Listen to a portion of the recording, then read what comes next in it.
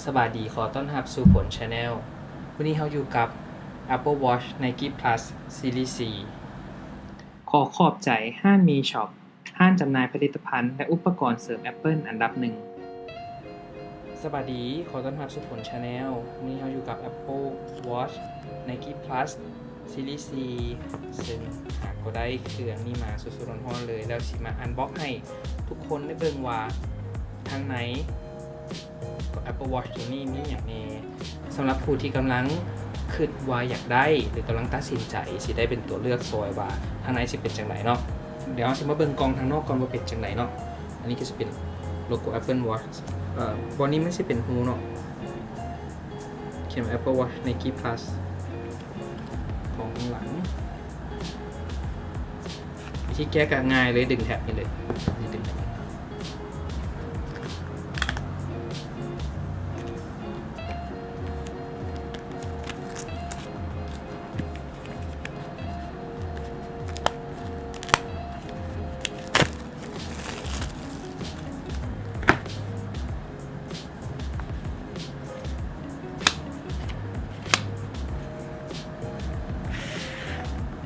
ว้าวสำหรับรุ่นนี้ที่เขาสร้างมาเป็น Apple Watch มี14มิลเป็นสีเงินและกระสายเป็นไนลอน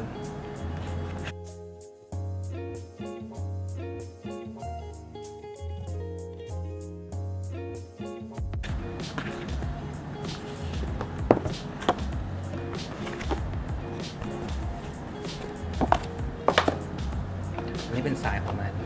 ตัวนี้เป็นเครื่อง Apple Watch เดี๋ยวมาเปิดเบิ่งว่าข้างในเป็นจังไง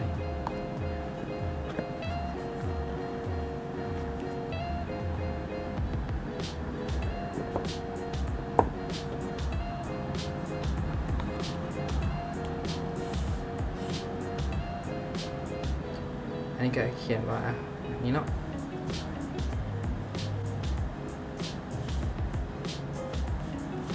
อันนี้ก็เป็นคู่มือทั้งภาษาไทยและภาษาอังกฤษวิธีใช้งาน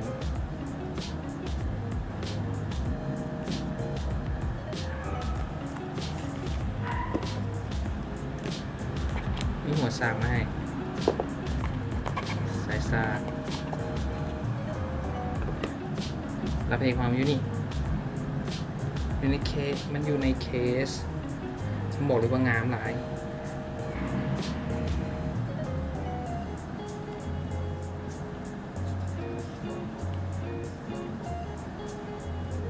สิ่งนี้เขามักอีกอย่างหนึ่งมันทั้งหลังของมันเขามาทั้งหลังอะไรเขามาทั้งหลังมันงามดี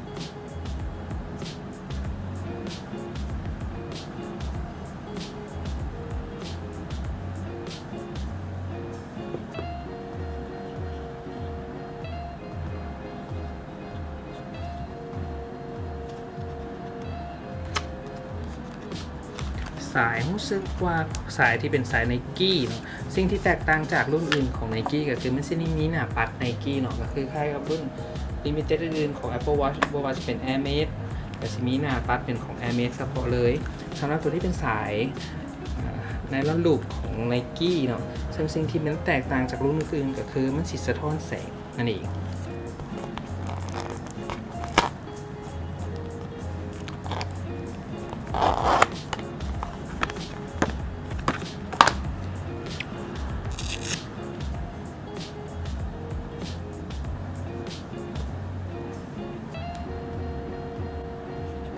วิธีใส่กับวิธีการใส่กับบุ้มยากๆเลยแต่แค่จับมาสูบใส่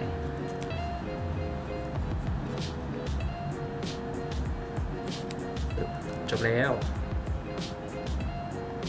สีนี้งามดีโอเคสำหรับคลิปนี้กะลาไปก่อนแล้วพบกันใหม่เราสิมาอันบ็อกอย่างอีกเท่าหน้าแล้วพบกันใหม่ในคลิปหน้าสบายดี